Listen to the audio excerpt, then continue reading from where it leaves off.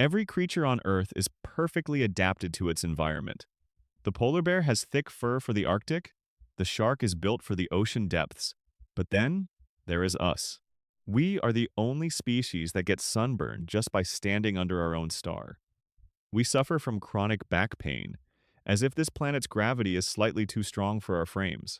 We are born completely helpless, unlike almost every other mammal. We are the biological orphans of Earth.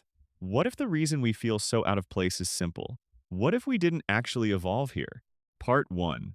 The Alien Ape. Look closely at the animal kingdom. When a horse is born, it can stand on its own within minutes. Within hours, it can run. Now look at a human infant. We are born tragically premature, requiring years of intense physical and emotional care just to survive the elements. Biologically speaking, human birth is a crisis. Our brains are simply too large for the birth canal, meaning we have to be pushed out into the world before we are truly fully developed. Part 2. The Martian Refugees. Let's rewind the clock 4 billion years. As we established, Earth was a boiling nightmare. But just next door, our neighbor was experiencing a golden age. 4 billion years ago, Mars was a paradise. Before it became the frozen red desert we see today, Mars had a thick atmosphere. It had a protective magnetic field. It had flowing rivers, massive lakes, and deep blue oceans. It was, by all scientific definitions, the perfect incubator for life. And because Mars is smaller than Earth, it cooled down much faster, meaning life had a massive head start to evolve there while Earth was still a molten rock. But then, the catastrophe happened. Mars's core cooled down, its magnetic field collapsed. Without that invisible shield, the lethal solar winds from our sun literally stripped the Martian atmosphere away, blowing it into deep space. The oceans boiled, then froze. The planet died. But what if, right before the end, the inhabitants of Mars, or at least the microscopic ones, found a way out? Pattern interrupt. Have you ever heard of the ALH 84001? Meteorite? In 1984, scientists found a rock in Antarctica. But this wasn't an Earth rock. It was a chunk of Mars, blasted off the red planet's surface by a massive asteroid impact millions of years ago. And inside this rock, NASA scientists found something that shook the world.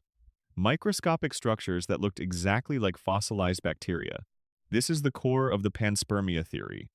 The idea that violent asteroid impacts can act like cosmic catapults. A meteor hits a dying planet, blasting rocks into space. Tucked deep inside those rocks are extremophiles, microorganisms capable of surviving the brutal freezing vacuum and deadly radiation of space. Think about the tardigrade, or the water bear. We already know these microscopic Earth creatures can survive in the vacuum of space, withstand extreme radiation, and go without food or water for decades. If tardigrades can do it, why couldn't ancient Martian microbes? These rocks floated through the dark for millions of years before getting caught in Earth's gravitational pull. They crashed into our primitive oceans, thawed out, and began to multiply. If this theory holds true, it answers the ultimate question. The reason we struggle with Earth's gravity, the reason our circadian rhythm is completely out of sync, the reason we are so biologically different from every other species, is because we are the aliens. We are the Martians. We are the descendants of refugees who didn't even know they were fleeing a dying world. If we are the apex of Earth's evolutionary ladder, why are we so poorly designed for the climb?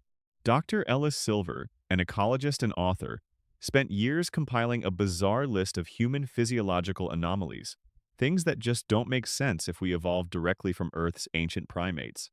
Why do humans possess over 200 extra genes that cannot be found in any other species on the evolutionary tree? Where did they come from? And then, there is the mystery of sleep. If you lock a human in a bunker, deep underground, with no sunlight to tell them what time it is, an incredible thing happens. Our natural circadian rhythm, our internal biological clock, naturally defaults to a 25-hour cycle, not the 24-hour rotation of Earth. It's as if, deep within our DNA, our bodies are still remembering the rotation of a different planet. A world that spun just a little bit slower. A world with slightly less gravity, where our spines wouldn't compress and ache as we age.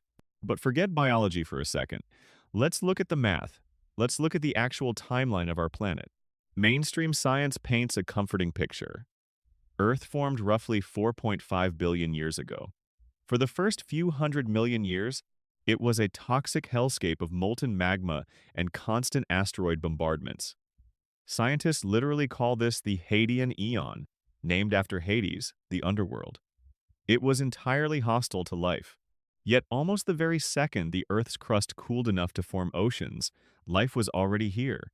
Fossil records show that highly complex, single-celled organisms existed 3.8 billion years ago.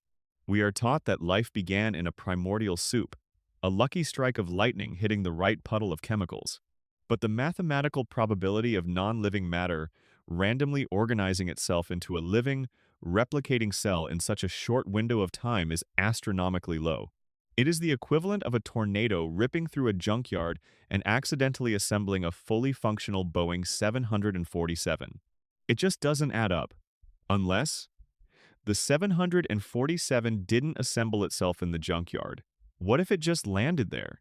If the building blocks of our DNA didn't miraculously form in the warm puddles of early Earth, where did they come from? The answer might be hiding right next door, in a frozen, dead world that was once blue and vibrant. But to understand how we got here, we first have to look at the part 2, the interstellar seeds. But some scientists think Mars isn't far enough. Because if rocks can carry life between planets, what's stopping them from carrying life between stars? In 2017, astronomers in Hawaii detected something terrifying. An object moving through our solar system at over 196,000 miles per hour. It was moving too fast to be caught by our sun's gravity. It came from deep space, and it was heading back out into the void. They named it Oumuamua, meaning the first messenger from afar. It was the first interstellar object ever observed. But the weirdest part wasn't its speed, it was its shape. It wasn't round like a comet or a meteor, it was shaped like a cigar. A long, metallic-looking cylinder tumbling through the dark.